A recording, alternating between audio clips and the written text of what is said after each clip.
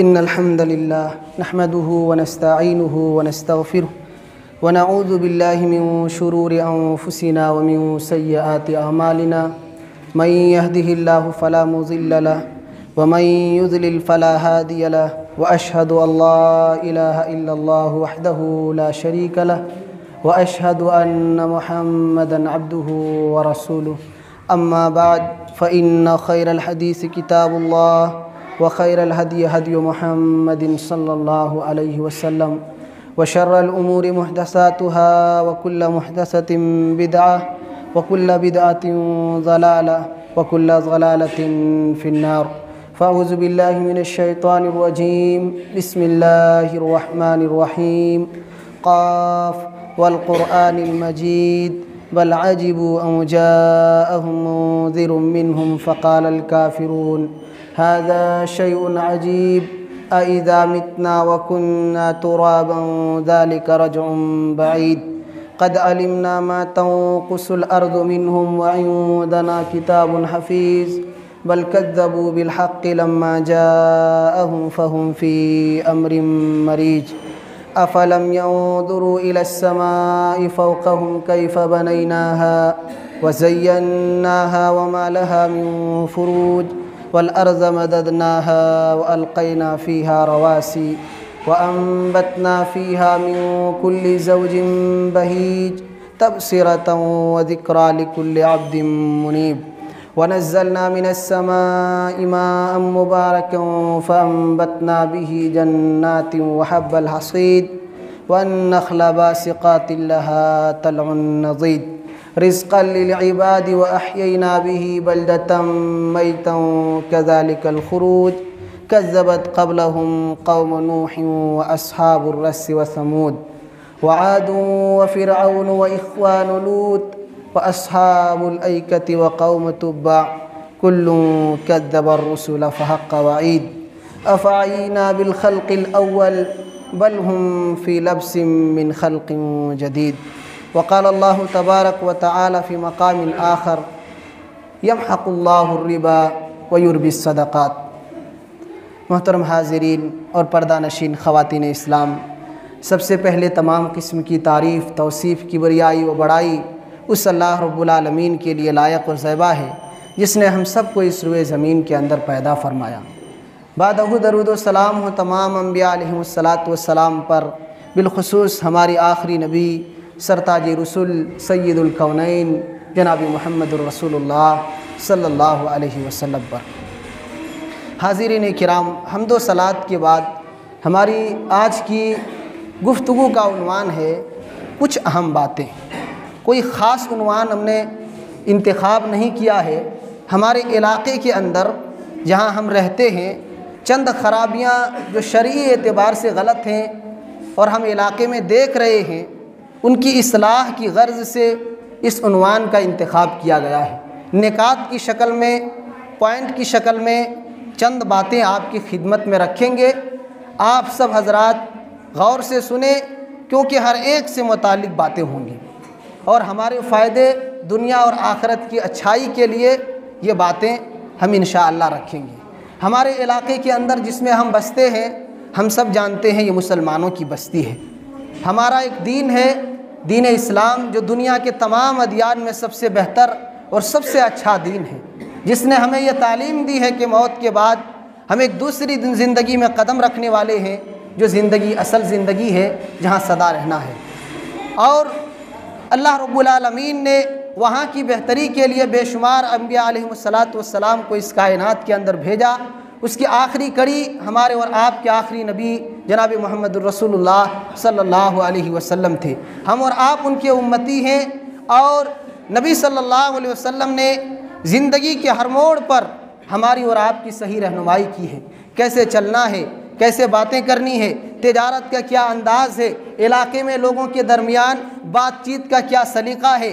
अलमुहिम आप ज़िंदगी के जिस मोड़ पर भी आप देखेंगे वहाँ शरीयत की जानिब से, इस्लाम की जानिब से आपको सही रहनुमाई मिलेगी। लेकिन फिर भी दीन के ना समझने की वजह से, दीन को ना जानने की वजह से या दुनिया की लालच में इंसान ढेर सारी गलतियां कर रहे हैं और गुनाह को अपने खाते में जमा कर रहे हैं। आज चंद गलतियां जो हम आपकी खिदमत में पेश करेंगे। पहली जो गलती है जो हमारे इलाके में पाई जाती है, बात बात पर कस्में खाना। आप देखिए इलाके के अंदर कुछ लोगों की ये आदत सी हो गई है, कोई भी बात होगी वो कस्में खाएंगे और कसम खा कर के वो बातें बताएंगे। लेकिन कस्में भी कैसी, माँ कसम, बाप कसम, तेरी कसम, मेरी कसम, फलां चीज़ की कसम, मिट्टी कसम, तेरे सर की कसम, और इस तरीके से गैरुल्लाह की हज़ारों कस्में वो खाते हैं और अपनी बातें लोगों के सामने रखते हैं। याद रखें, इस तरीके से गैरुल्लाह की कस्में खाना नाजायज़ और हराम है। आप अगर माँ कसम खा रहे हैं, आप अगर बाप गिरी खा रहे हैं, तो भी आप हराम काम कर रहे हैं, शिर्क का इर्तिकाब कर रहे हैं। अल्लाह के नबी सल्लल्लाहु अलैहि वसल्लम के मशहूर सहाबी अब्दुल्लाह इब्न उमर रज़ी अल्लाहु अन्हुमा एक शख्स के पास से गुजरते हैं। उस शख्स ने कसम खाते हुए ये कह दिया, ला वल काबती, कसम है काबा की। दुनिया के तमाम मुसलमानों की निगाह में अल्लाह का घर बैतुल्लाह काबा शरीफ सबसे अजीम जगह है और वो सबसे एहतराम का मकाम है। उस शख्स ने जब बैतुल्लाह की कसम खा ली तो सहाबी रसूल अब्दुल्लाह इब्न उमर ने कहा कि सुनो, मैंने अल्लाह के नबी सल्लल्लाहु अलैहि वसल्लम को ये फरमाते हुए सुना है, मन हलफ़ बिगैरिल्लाहि फ़क़द अशरक, कि जो शख्स गैरुल्लाह की कसम खाता है वो शिर्क करता है, और तुमने अल्लाह के अलावा की कसम खा करके शिर्क का इर्तिकाब किया है, जो दुनिया का सबसे बड़ा जुर्म है, सबसे बड़ा गुनाह है। तो मेरे भाइयों, आपको अगर ज़रूरत पड़े पहले तो कसम खाने से परहेज़ करें। आपकी बातें सच्ची हों, सही हों, आप खुद ही एतमाद के लायक बने। अगर सख्त ज़रूरत पड़े तो अल्लाह ताला की ज़ात और उसके अस्मा व सिफ़ात की कस्में आप खा सकते हैं। अल्लाह के अलावा किसी और की कसम खाना नाजायज़ और हराम है। जो माँ कसम, बाप गिरी जो इलाके में मशहूर है, उनको याद रखना चाहिए इस बात को कि आप शिर्क का इर्तिकाब कर रहे हैं, गुनाह का काम कर रहे हैं, इसलिए अपने ज़बानों को कंट्रोल में रखें।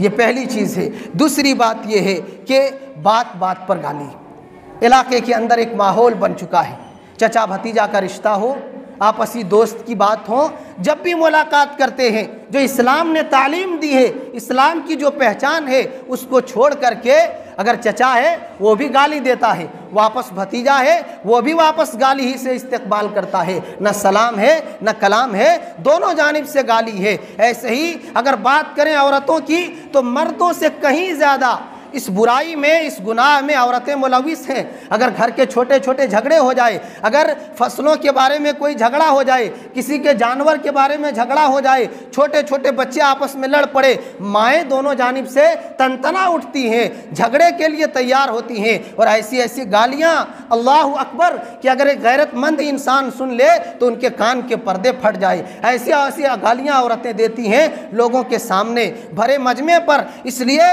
उनको मैं ये कहना चाहता हूं, चाहे मर्द हों या औरत हों, कि गाली देना बहुत संगीन गुनाह है, बहुत खतरनाक गुनाह है। यह अल्लाह की नाफरमानी है, सख्त जुर्म है अल्लाह की निगाह में। अल्लाह के रसूल फरमाते हैं, सिबाबुल मुस्लिम फुसूकुन व क़ितालुहु कुफ्रुन, कि एक मुसलमान को गाली देना फिस्क है, अल्लाह के हुक्म की नाफरमानी है, शरीयत की खिलाफ वर्जी है, और एक मुसलमान से लड़ाई झगड़ा करना यह काफिराना तरीक़ा है, यह काफिरों का शिवा है, यह मुसलमानों की पहचान नहीं है। और जो शख्स गाली गुलूज करता है उसको ये याद रखना चाहिए कि जिसने भी, चाहे मर्द हो या औरत हो, अगर किसी से इख्तिलाफात हो रहे हैं, झगड़े हो रहे हैं, अगर उसमें किसी ने गाली की शुरुआत पहले की है, तो याद रखें वो इस बात को कि दोनों शख्स जितनी गालियां देंगे, अगर किसी ने हमसे लड़ाई झगड़ा किया और हमने उनसे झगड़ा किया और झगड़े में उसने गाली की शुरुआत की, हमने मुकाबले में उनके बराबर गालियां दी, उससे आगे नहीं बढ़े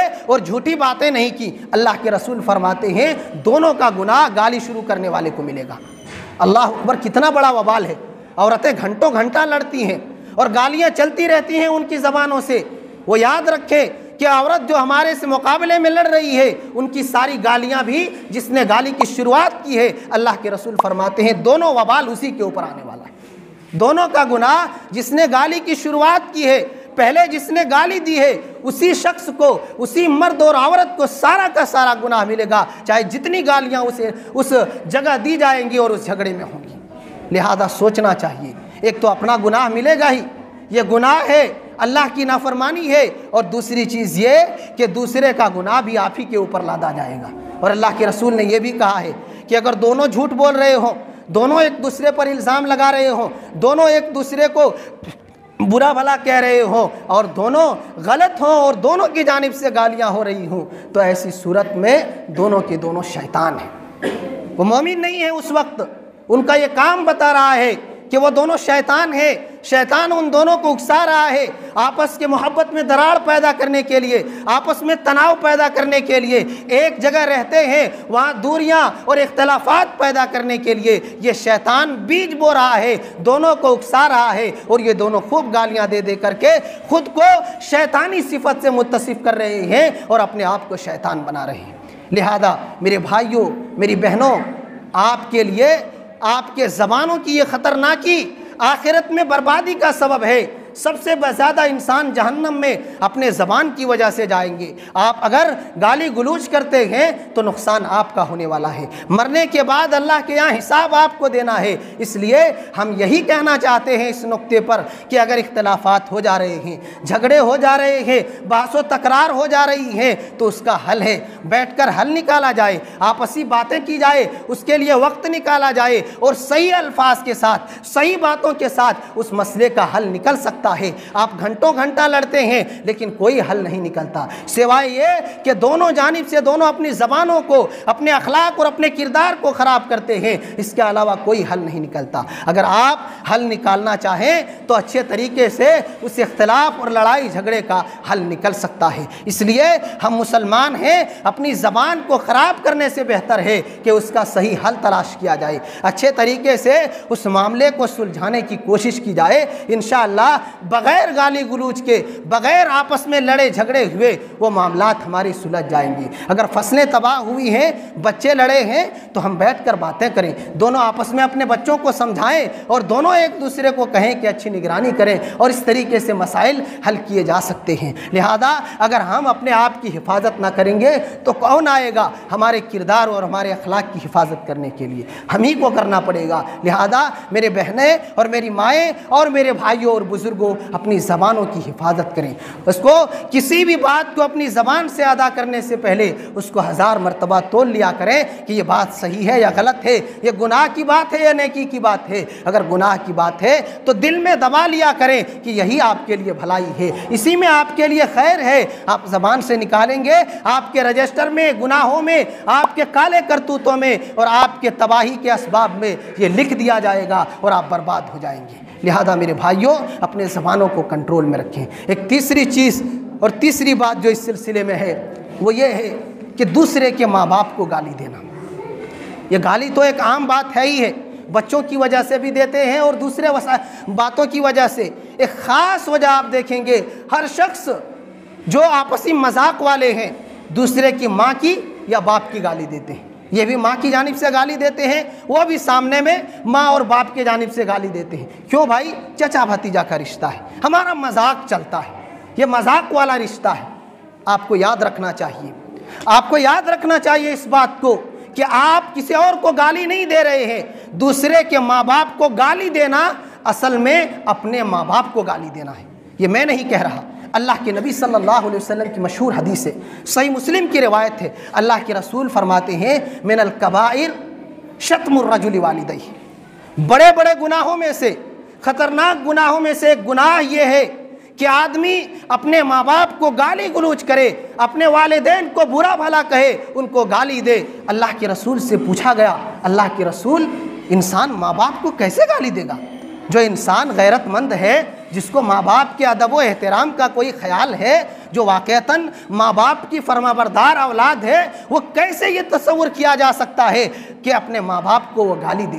कहा कि बेशक वो गाली देता है, वो इस तौर पर यसुब्बु अबर रजुली फयसुब्बु अबाहु व यसुब्बु उम्महु फयसुब्बु उम्मह।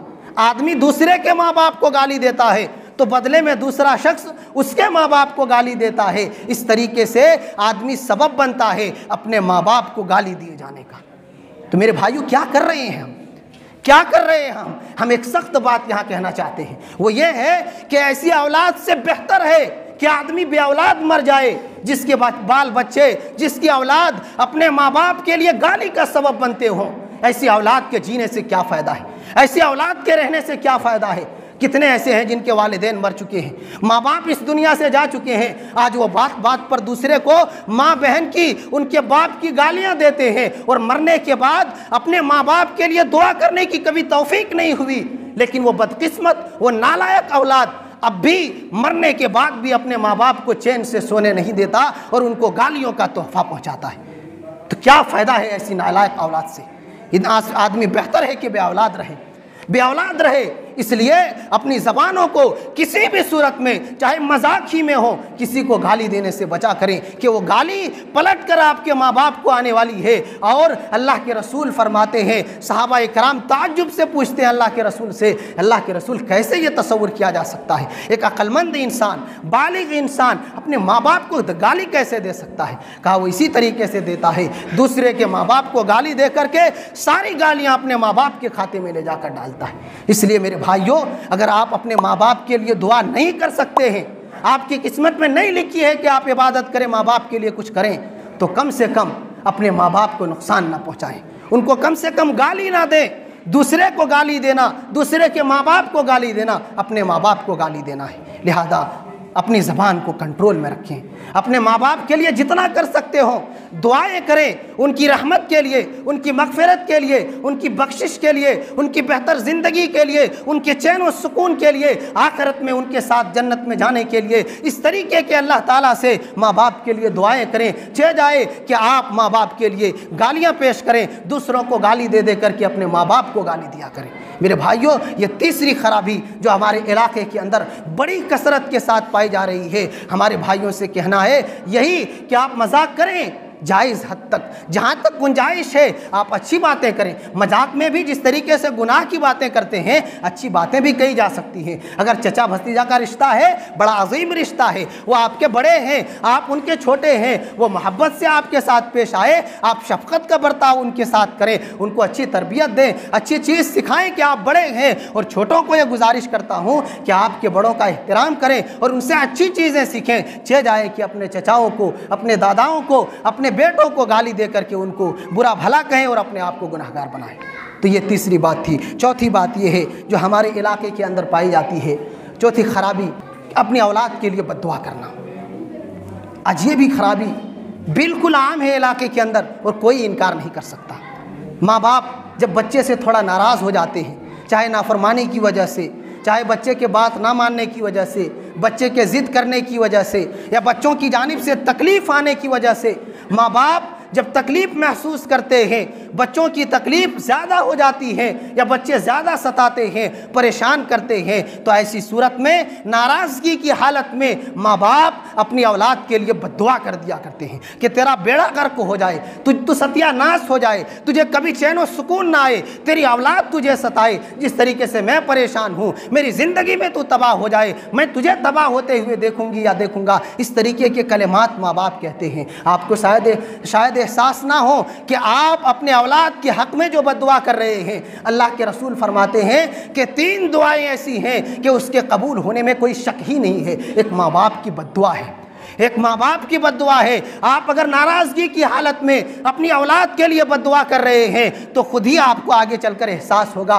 कि फ़ला वक्त अगर मैं अपने बच्चों के लिए बद्दुआ ना की होती तो आज हमारे बच्चों को ये दिन देखना ना होता। यकीन मानिए आपकी बद्दुआएं आपके बच्चों के मुस्तकबिल को तबाह कर देंगी, आपके बच्चे बर्बाद हो जाएंगे, आगे चलकर आपकी ये बद्दुआएं आपकी औलाद के हक़ में लग जाएंगी। इसलिए आप क्या कर रही हैं? आप थोड़ी सी तकलीफ़ की वजह से अपने बाल बच्चों की मुस्तकबिल को बर्बाद कर रही है, उनको बद्दुआएं दे करके उनकी ज़िंदगी को तबाह कर रही है। नहीं मेरे भाइयों, नहीं मेरी बहनें, आप अपने बच्चों की तकलीफ़ों पर सब्र करें। अगर वो सताते हैं उसका हिसाब अल्लाह लेने वाला है, आप सब्र करें, आपको उसका बदला अल्लाह के यहाँ मिलेगा। उसकी जिम्मेदारी बनती थी कि माँ बाप को अच्छा रखे, उनकी खिदमत करे, उनकी निगरानी करे। अगर वो सताते हैं, जिम्मेदार वो हैं, अल्लाह उसका हिसाब लेने वाला है, अल्लाह उसका मालिक है। हम क्यों अपने बच्चों की ज़िंदगी को तबाह करें? और अल्लाह के रसूल फरमाते हैं कि सही मुस्लिम की हदीस है कि अपने आप के लिए, अपनी औलाद के लिए, अपने मालो औलाद के लिए कभी भी तुम बद्दुआ ना करो। हो सकता है कि वो ऐसी घड़ी हो जब दुआ की कबूलियत का वक्त हो और तुम दुआएं करो या बद्दुआएं करो और अल्लाह ताला कबूल कर ले। ये सही मुस्लिम की रिवायत है, ये सही मुस्लिम की रिवायत है कि हो सकता है आप अपने लिए या अपनी आला औलाद के लिए बद्दुआएं कर रहे हो और ये ऐसी घड़ी हो जिसमें अल्लाह ताला लोगों की दुआएं सुनता हो, तो और आपकी दुआएं सुन ले तो आपके बच्चे बर्बाद हो जाएंगे। तो आप थोड़ा सब्र कर लें, अपने बच्चों के लिए थोड़ा सब्र करें। उनको बद्दुआ देने से बेहतर है कि आप नाराज़गी की हालत में भी उनको दुआएं दें कि चलो मैं तकलीफ़ में रहती हूँ, अल्लाह ताला आपको हिदायत दे, आपको सही समझ दे, आपको माँ बाप के मकाम और मर्तबे की सही समझ अता करे और आपके बच्चों के मुस्तकबिल को अल्लाह बेहतर बनाए ताकि आपकी ज़िंदगी बेहतर हो सके। इमाम काबा हम और आप सब जानते हैं, उनके वालिदा नाराज़ होकर उनके बचपन में उनके लिए दुआ करती है कि जो दुआ भी करती है नाराज़गी की हालत में, तो वो ये कि अल्लाह ताला तुझे काबा का इमाम बनाए।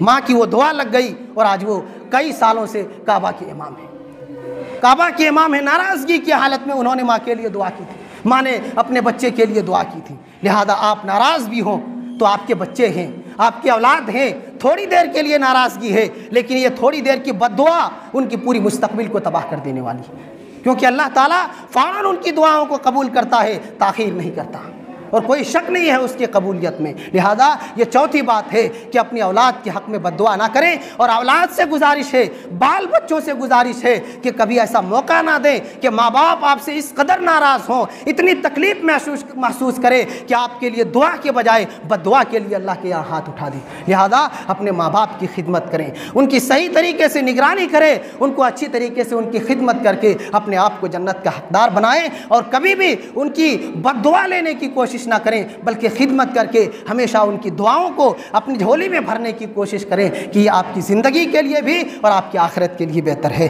इसके बाद पांचवी बात यह है कि औलाद और वालिदैन, इसमें दो बातें हैं। एक तो ये है कि आज बहुत से लोगों के बारे में हमने देखा है, सुना है, बीवी के बहकावे में आकर के अपने माँ बाप को सताते हैं, जोरू का गुलाम बन चुके हैं, बीवी के बहकावे में आकर के अपने माँ बाप को गाली गलौज करते हैं, सही तरीके से खाना नहीं देते, उनको तकलीफ़ देते हैं, सताते हैं। ये सिर्फ बीवी के कान जो भरने की वजह से इस तरीके से लोग क्या करते हैं। उनको सोचना चाहिए कि माँ बाप ये कोई दुनिया की मामूली दौलत नहीं है, ये दुनिया की कोई मामूली दौलत नहीं है।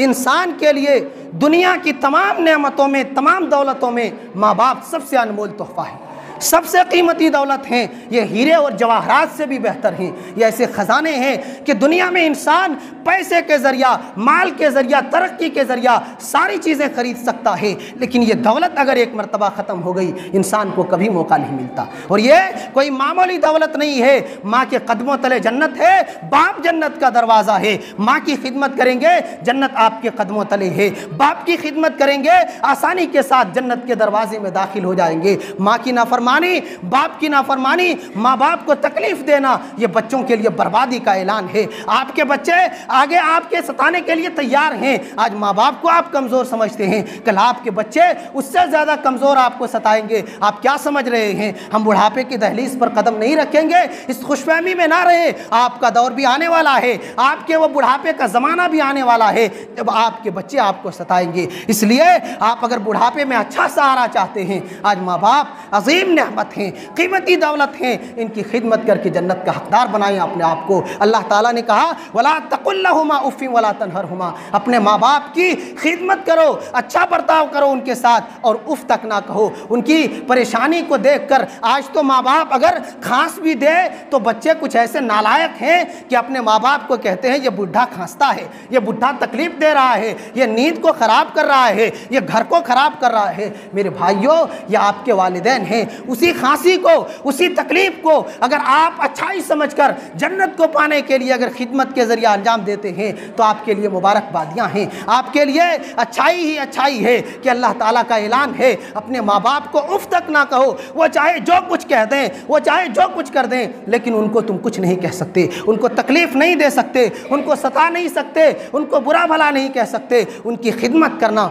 उनकी निगरानी करना, उनके साथ मोहब्बत के साथ पेश आना, ये हमारे और आपके लिए ज़रूरी है। लिहाजा हम अपने माँ बाप को कभी भी तकलीफ़ ना दें। अल्लाह के नबी सल्लल्लाहु अलैहि वसल्लम से एक सहाबी ने कहा, अल्लाह के रसूल, मैं जंग करने के लिए जाना चाहता हूँ। उसने कहा तुम्हारी माँ अभी ज़िंदा है? कहा अल्लाह के रसूल बेशक ज़िंदा है। कहा जाओ अपनी माँ की खिदमत करो, फ़इन्नल जन्नत तहत रिजलैहा, जन्नत तुम्हारी माँ के कदमों तले है। माँ की खिदमत करो, अल्लाह ताला तुम्हारे लिए जन्नत के रास्ते को आसान कर देगा। मेरे भाइयों, आप बीवी के बहकावे में ना आए। कोई घर ऐसा नहीं है जिसमें सास बहू के झगड़े ना होते हों। छोटी मोटी बातें औरतों की होती हैं, आप जिम्मेदार हैं, जिम्मेदाराना अंदाज में उसको सुलझाएं, उस झगड़े को ख़त्म करें। ये क्या बात हुई कि बीवी के बहकावे में आकर माँ बाप पर तुल पड़े हैं, माँ बाप को तकलीफ़ दे रहे हैं, उनको बुरा भला कह रहे हैं और उनसे अलग होते जा रहे हैं, उनके खर्चे पानी बंद कर दे रहे हैं। ये कैसा इंसाफ है, कैसा इंसाफ है। उनके उस ज़माने को याद करो जब हम किसी लायक नहीं थे, जब हमको चलना फिरना नहीं आता था, कोई हमारा सहारा नहीं था, सख्त ठंडी का ज़माना, लेकिन ये माँ की ममता, ये माँ की मोहब्बत, उनकी शफ़क़त का आलम था कि बच्चे अगर पेशाब भी कर दे रात में, उसी भीगे हुए बिस्तर पर माँ सो जाती और बच्चे को सूखे हुए बिस्तर पर सुलाती। ये माँ है। और बाप जिस बच्चे की तरक्की, बेहतरी और अच्छाई के लिए खून पसीना अपनी ज़िंदगी के हसीन दौर को कुर्बान कर देता है, आप उस बाप को बुरा भला कह रहे हैं। उस बीवी के खातिर, उस बीवी के खातिर जिनकी मोहब्बत भी हकीकी मोहब्बत नहीं होती। आप देख ले, बहुत कम ऐसी बीवियां हैं जो मुसीबत में शौहरों के साथ देती हैं, लेकिन माँ और बाप की मोहब्बत, दुनिया सब कुछ कह दे कि सारे मोहब्बतों में धोखा हो सकता है, लेकिन माँ की मोहब्बत ऐसी है, इंसान अगर आग में भी चढ़कर कहे कि माँ की मोहब्बत में धोखा है तो कोई नहीं मानेगा। माँ बाप ही ऐसे हैं जो अपने बाप, माँ अपनी औलाद से, अपने बाल बच्चों से सच्चे प्यार करते हैं। सच्ची मोहब्बत अगर किसी की है तो माँ बाप की है। आप देख लें, माँ बाप अगर बुढ़ापे पे भी आ जाते हैं, बच्चे अगर कहीं एक्सीडेंट हो गए, कोई ख़तरा हो गया, माँ बाप रोने लगते हैं, लेकिन बीवी के अंदर वो दर्द नहीं होता। तकलीफ़ होती है, अपनायत है, लेकिन जो एहसास, जो तड़प और मोहब्बत का जो जज्बा और जिसका इजहार माँ बाप करते हैं, बीवी वो नहीं कर सकती। दुनिया का कोई रिश्ता वो नहीं कर सकता, चाहे आज लोग मोहब्बत का जो भी नाम दे दें। लेकिन हकीकी मोहब्बत और सबसे ज़्यादा मोहब्बत दुनिया में अगर कोई करने वाले हैं, वो माँ बाप हैं हमारे। आप अंदाज़ा लगा कर देखिए, आपको गुस्से की हालत में खूब डांटेंगे, मार भी देंगे, लेकिन थोड़ी देर के बाद अफसोस खुद वही करेंगे, खुद वही अफसोस करेंगे, उनको तकलीफ़ होगी। लिहाजा मेरे भाइयों, अपने माँ बाप को तकलीफ़ ना दें, उनको कभी ना सताएं, उनको अच्छी तरीके से रखें। और ज़िम्मेदारों से, अब माँ बाप से मैं ये गुजारिश करना चाहता हूँ कि आप अपने बच्चों को इस लायक बनाएं कि वो आपके मकाम और मर्तबे को जान सकें। आप तालीम दें, सही तरबियत दें, बच्चे को अपने मकाम और मर्तबे की तालीम दें कि वालिदैन का क्या मकाम होता है, हमारा क्या दर्जा है, हमारा रोल क्या है आपकी तरबियत में, आपकी इस तरक्की में। ये एहसास, ये फ़िक्र, ये सोच, ये तरबियत आपकी ज़िम्मेदारी है। आज माँ बाप अपने बच्चों को तालीम नहीं देते, तरबियत से दूर रखते हैं, दुनिया भर शिकायत करते फिर रहे हैं। हर वालिदैन ये शिकायत कर रहे हैं, मेरा बच्चा नाफरमान है, मेरा बच्चा मेरी खिदमत नहीं करता, मेरे बच्चे मुझे खाने पीने नहीं देते, सताते हैं, तकलीफ़ें देते हैं। कहाँ से आएगा मेरे भाई? कैसे वो तरबियत करेंगे? आपको कैसे अच्छा रखेंगे? आपने कुछ नहीं दिया है। आप अगर बचपन में देते, आज वो बच्चे आपको देते। आपने जब तालीम ही नहीं दी, तरबियत ही नहीं सिखाया, माँ बाप के मकाम को पहचाना ही नहीं उन्होंने, तो फिर कैसे आपके दर्जे को जानेगा, कैसे आपकी खिदमत करेगा?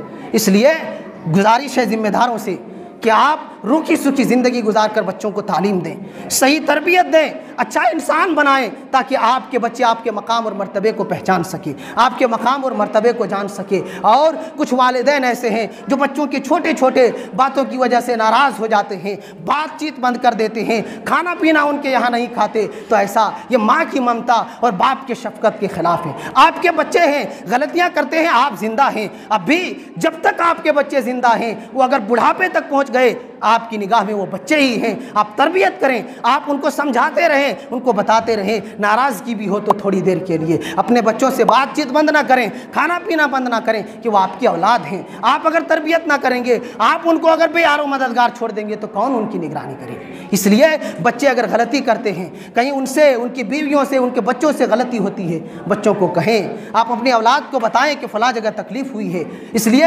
ऐसा नहीं करना चाहिए। आपके बच्चे कुछ भी कहें, आप उनसे नाराज़ ना हो, उनको नाराज़ ना करें और उनसे बातचीत, लेन देन, ताल्लुकात ख़त्म ना करें, कि वो आपके बच्चे हैं, आपकी मोहब्बत की ज़रूरत है उनको, आपकी शफ़क़त की ज़रूरत है उनको। आप अगर उनको छोड़ देंगे तो कौन सहारा बनेगा? इसलिए मेरे भाइयों, अपने बच्चों के साथ रहें, उनकी निगरानी करें, सही रहनुमाई करें, अच्छे रास्ते की निशानदेही करें, ताकि आपका बच्चा तरक्की कर सके। उसके बाद छठी चीज़ जो इस सिलसिले में है वो ये है कि हमारे इलाके के अंदर एक बड़ी ख़राबी ये भी पाई जा रही है कि अपने जो पोते हैं या नवासे नवासियाँ हैं, उनको लोग अपना शौहर बना लेते हैं मजाकिया तौर पर। जैसे अगर किसी का पोता हो तो औरत कहती है ये फलाने के वालिद साहब हैं, ये फलाने के बाबा हैं, यानी अपने शौहर की जानिब इशारा करके। अपना जो नवासा है, पोता है या अगर पोती है तो अपने शौहर की बीवी बना देते हैं, लेकिन मजाक में। ये नाजायज़ और हराम है, नाजायज़ और हराम है। ये इसलिए हराम है कि दादी या नानी ये माँ के मकाम पर है।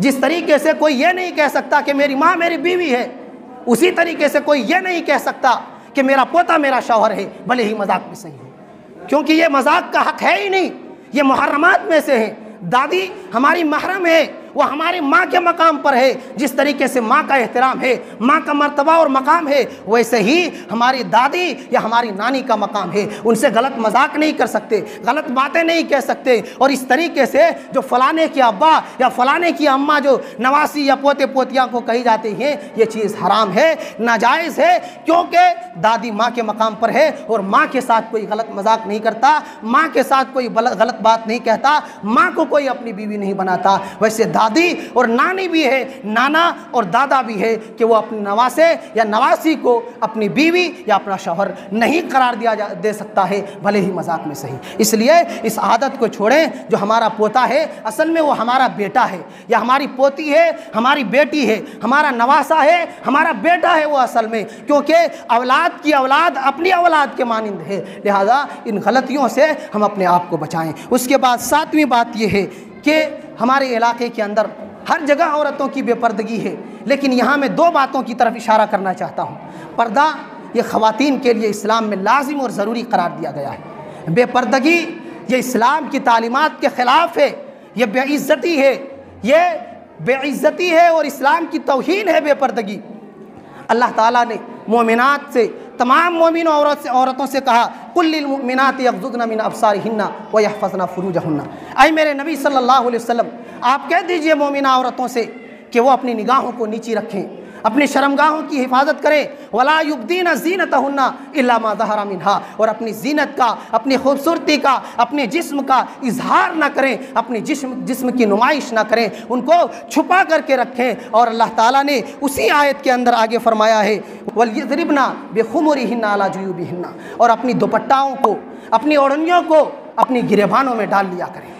आज मैं ये जो कहना चाहता हूँ वो ये है, बहुत सी औरतों को आप सड़कों में देख लें, औरत को दुपट्टा सर पर लगाना चाहिए, पूरे सर को, पूरे अपने सीने को ढकना चाहिए। उनका दुपट्टा या तो कमर में रहेगा या तो कंधे में रहेगा, पूरे जिस्म का उसका पूरा सीना, और छुपाने की जो जगह है पूरा सर पूरे खुले हुए हैं। बाहर में खड़ी हैं, बातें कर रही हैं, लड़ाई झगड़े कर रही हैं, ये हराम और नाजायज़ है। ऐसे ही बहुत से औरतें, चाहे वो साड़ी पहनने वाली हों या शलवार पहनने वाली हों, वो औरतों रास्ते में चलती हैं, अगर पानी आ जाए या कोई और वजह हो तो अपने पायजामे को घुटने से ऊपर उठाकर चलती हैं। ये बहुत ही बड़ी बेगैरती है, ये तौहीन है औरतों की, ये बेशर्मी की हद है कि आपको जिस जिस्म को छुपाना चाहिए था उस जिस्म को इजहार किए हुए, उस जिस्म को जाहिर किए हुए फिर रही हैं। ये हराम और नाजायज़ है, औरतों को इससे बचना चाहिए। अगर कपड़े गंदे हो रहे हैं, साबुन मौजूद है, पैसे अल्हम्दुलिल्लाह मौजूद हैं, थोड़ा ज़्यादा खर्च होगा, गंदा होने दीजिए। क्यों अपनी इज्जत को दागदार करें,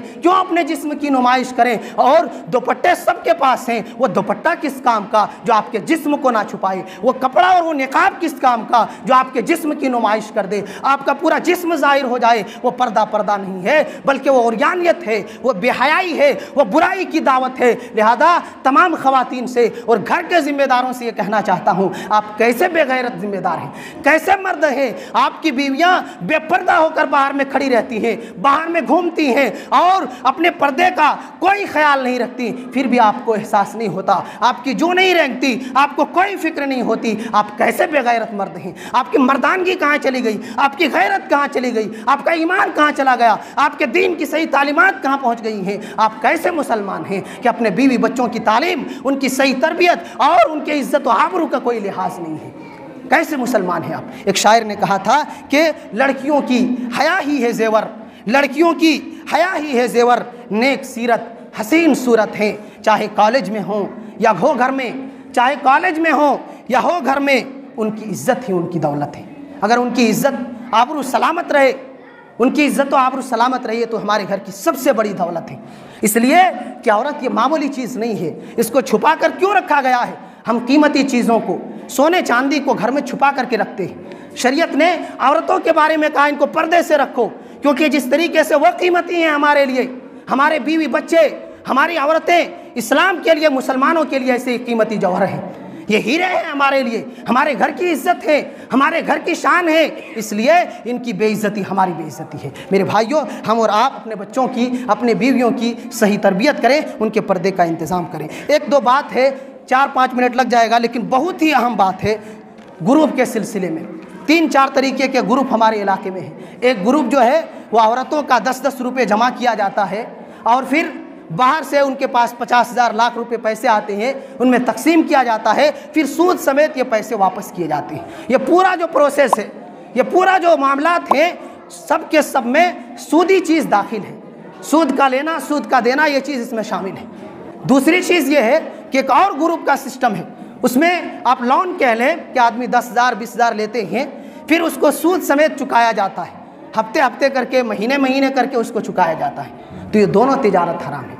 आप तिजारत कर लें, ग्रुप कर लें, हमारी औरतें यहाँ फंसी हुई हैं, हमारे घर के जिम्मेदार इसमें फंसे हुए हैं, हमारे जिम्मेदार जिनको हलाल पर जोर देना चाहिए था, हराम तिजारत में पड़े हुए, अपने घर को बर्बाद कर रहे हैं। मेरी बहनें जो इन ग्रुपों में जुड़ी हुई हैं, मैंने कल परसों सुना कि एक मरतबा पूरा जो मीटिंग हुआ था इसमें वो गैरों के नारे लगाए गए थे, तालियां बजाई गई, अपने तहजीब, अपने सकाफत और अपनी पहचान को कुर्बान किया गया इस ग्रुप के चक्कर में।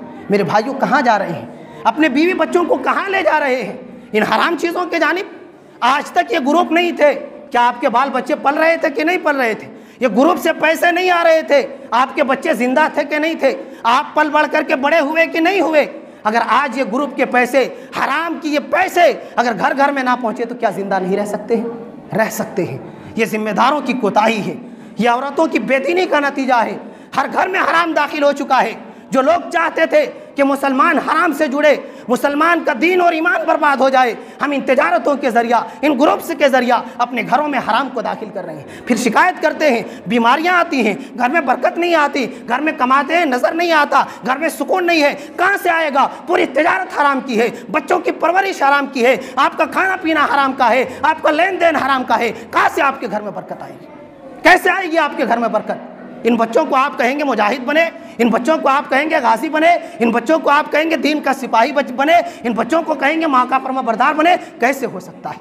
आपकी तरबियत, आपकी बुनियाद ये इतनी ख़राब है, इतने हराम चीज़ों से परवरिश हुई है। ना आपकी दुआएं कबूल होंगी, ना आपकी ज़िंदगी में सुकून आएगा, ना आपकी तिजारत में बरकत होगी, क्योंकि हराम में कभी भी सुकून नहीं होता, कभी भी सुकून नहीं होता। और सूद का लेना, सूद का देना, सूद का लिखना, सूद पर गवाही देना, सूद को एक दूसरे के लिए मदद करना, ये सारी की सारी चीज़ें हराम हैं। अल्लाह के रसूल ने कहा, अल्लाह की, उसके रसूल की, तमाम मोमिनों की ऐसे लोगों पर लानत है जो सूद लेते हैं, सूद देते हैं, सूद लिखते हैं, सूद का कारोबार करते हैं। सबके सब इसमें बराबर है। कुछ लोग ये कहते हैं कि चलो मजबूरी की सूरत में लेना जायज़ नहीं है, देना जायज़ है, हमारे पास मजबूरी है, अब सूद देना पड़ेगा, पैसा हमको ज़रूरत है। नहीं मेरे भाइयों, ये हराम है। तो लेना भी, देना भी, लिखना भी, गवाही देना, सबके सब हराम है।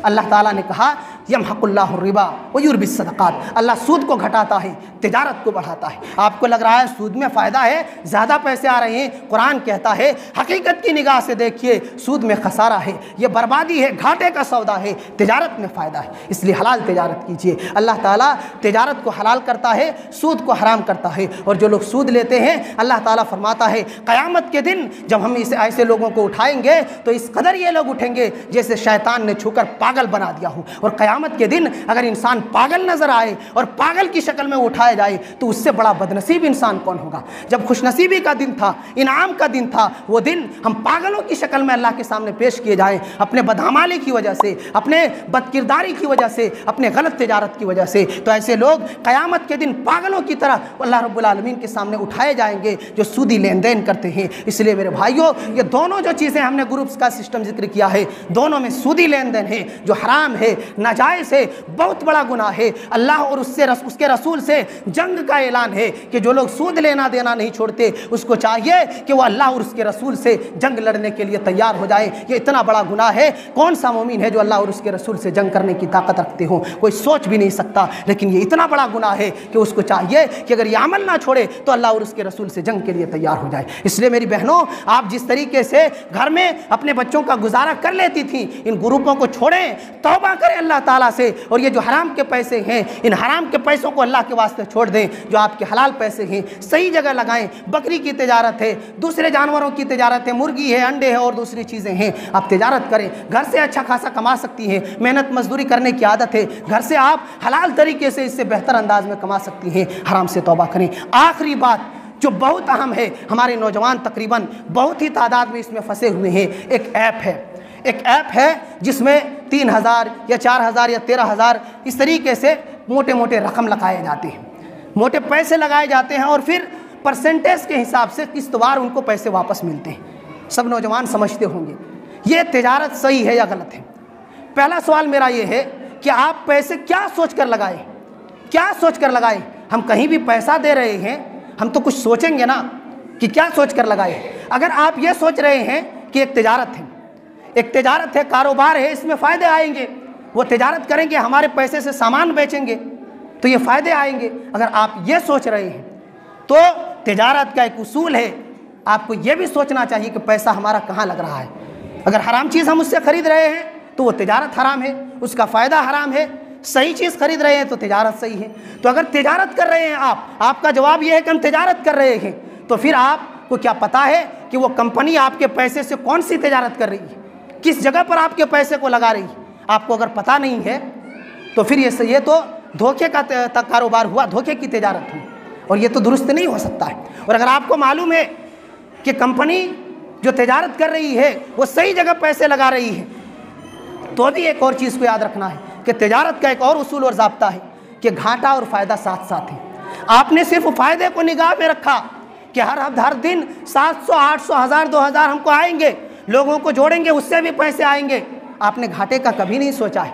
जबकि हम तिजारत कोई भी करते हैं, हम सब जानते हैं कि आज अगर ज़्यादा फ़ायदा हुआ है, अगर मंडी ख़राब रही तो घाटा भी हो सकता है। तो ये तिजारत का उसूल है, आपको वहाँ पैसे लगाने से पहले ये सोचना पड़ेगा कि हाँ इसमें घाटा होगा तो उसको बुरा भला नहीं कह सकते। और अगर ये कंपनी बंद हो जाए तो सारे लोग गालियाँ देंगे कंपनी वाले को, तो फिर ये तिजारत नहीं है, तिजारत नहीं है। तीसरी चीज़ ये है कि क्या कंपनी वाले ने आपको ये कहा है कि आप अगर मुसलमान हैं तो हमारी ये कंपनी के जो आप पैसे लगा रहे हैं हम इससे जायज़ और सही प्रोडक्ट को खरीदेंगे और उसको सेल करके आपको पैसे देंगे? क्या वो दावा किए हैं? जब पूरी चीज़ें मशकूक हैं, पूरी चीज़ें शक के दायरे में है, फिर आपका पैसा सही कैसे हो सकता है? उसका फ़ायदा जाहिर सी बात है ये सूदी पैसा आ रहा है, ये सूदी पैसा आ रहा है। आप दिए हैं, पहले अपना पैसा उठाइए, फिर परसेंटेज के हिसाब से सूद आप लेते जाइए, लोगों को इस कारोबार में जोड़िए, अलग से मिलाइए। दूसरी चीज़, इसकी दूसरी शक्ल हो सकती है, वो ये है कि आप ये कहें कि एक यूट्यूब कंपनी है या एक यूट्यूबर है, वो अपने यूट्यूब इसको चमकाने के लिए, अपने चैनल को चमकाने के लिए वो हमको पैसे दे रहे हैं।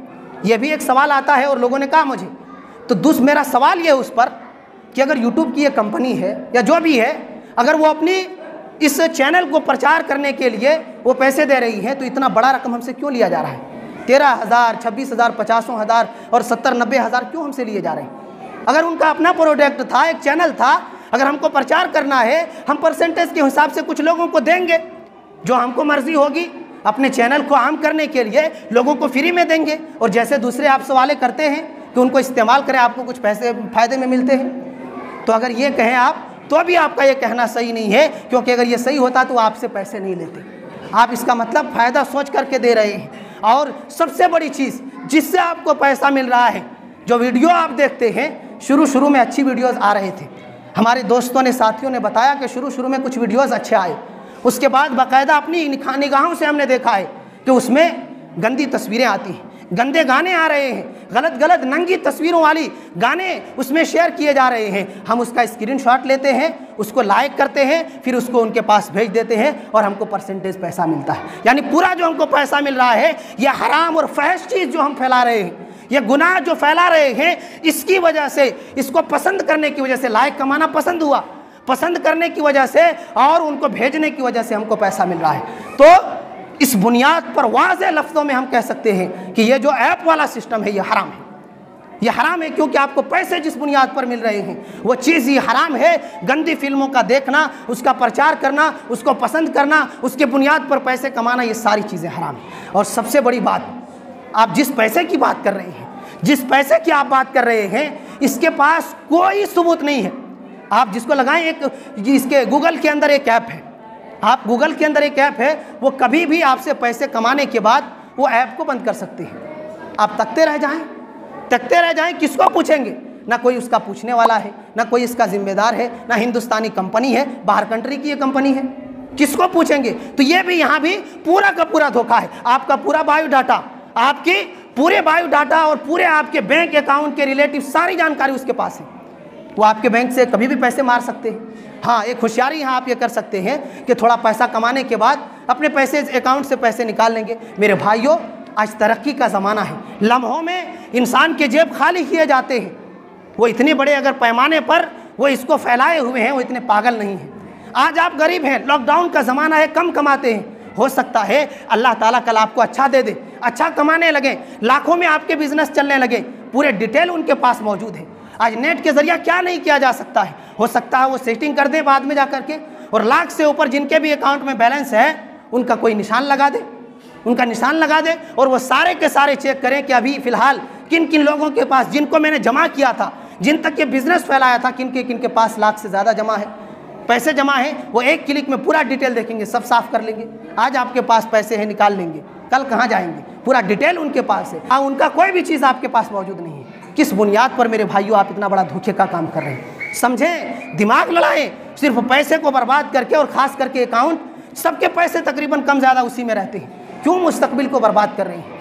क्यों मुस्तकबिल को बर्बाद कर रहे हैं? अच्छी तिजारत, हलाल तिजारत में पैसे लगाइए। एक दो बात, पड़ोसी को सताते हैं, बहुत बड़ा गुनाह है। अल्लाह के रसूल के सामने एक औरत का जिक्र किया गया, अल्लाह के रसूल ने कहा वो औरत जहन्नमी है, जबकि कहा गया था कि नमाज की पाबंद है, सदका व खैरात करती है, बड़ी इबादत गुजार है। लेकिन अल्लाह के रसूल, उस औरत की खराबी है कि वो अपने पड़ोसी को तकलीफ पहुँचाती है, उनकी ज़बान ख़राब है। अल्लाह के रसूल ने कहा साफ लफ्ज़ों में वो औरत जहन्नमी है। कहा कि अल्लाह के रसूल एक और गरीब खातून है जो उनको मुकाबले में कम इबादत करती हैं, सदका व खैरात भी कम करती हैं, लेकिन बड़ी खूबी उनके अंदर ये है कि वो किसी को तकलीफ नहीं पहुंचाती। अल्लाह के रसूल ने कहा वो औरत जन्नती है। लिहाजा पड़ोसी को सताना बहुत बड़ा गुनाह है। अल्लाह के रसूल ने कसम खा करके कहा कि वो मोमिन नहीं हो सकता जो अपने पड़ोसियों को तकलीफ पहुंचाता हो। आज झगड़े हैं हर घर में, इख्तलाफात हैं हर घर में, और हर एक जो आपस में रहते हैं दूसरे से तनाव और दूरियां हैं। लिहाजा इसको ख़त्म करें, ये शैतानी काम है और ये एक ईमान वाले की पहचान नहीं है। आप इससे दूरी इख्तियार करें। आखिरी मुख्तसर बात, उसके बाद बात ख़त्म है। जुमा के दिन हमको खबर मिली है कि खुसूसन औरतें खुतबा के दौरान बातचीत करती हैं, ये गुनाह है। जुमा का सारा सवाब ख़त्म हो जाएगा, कोई नेकी नहीं मिलेगी। इसलिए अपने नेकी को बचाएँ, मेहनत करके वक्त निकाल कर बाल बच्चों को छोड़कर आए हैं और आई हैं, इसलिए इस नेकी को बचाएँ। एक भी लफ्ज़ अगर कहेंगे कि चुप रहिए, इससे आपके जुमा की सारी नेकी खत्म हो जाएगी। इसलिए खुतबा के दौरान बात करना नाजायज़ और हराम है, गुनाह का काम है, इससे बचें। काफ़ी वक्त हमने ले लिया है, बहुत ही माजरत खा हूँ। ये मैंने कई महीनों से सोच करके रखा था कि इन बातों पर कुछ तज़किरा करूँ, और आज मौका मिला। अल्लाह ताला से दुआ है कि अल्लाह ताला आपकी इन बैठने को कबूल फरमाए, और जो वक्त ले लिए हैं अल्लाह रब्बुल आलमीन इस वक्त को हमारे और आपके लिए नफ़ा बख्श बनाए, और दुनिया और आखिरत में वो काम करने की तौफीक बख्शे जो हमारे और आपके लिए बेहतरी का सामान हो। आमीन।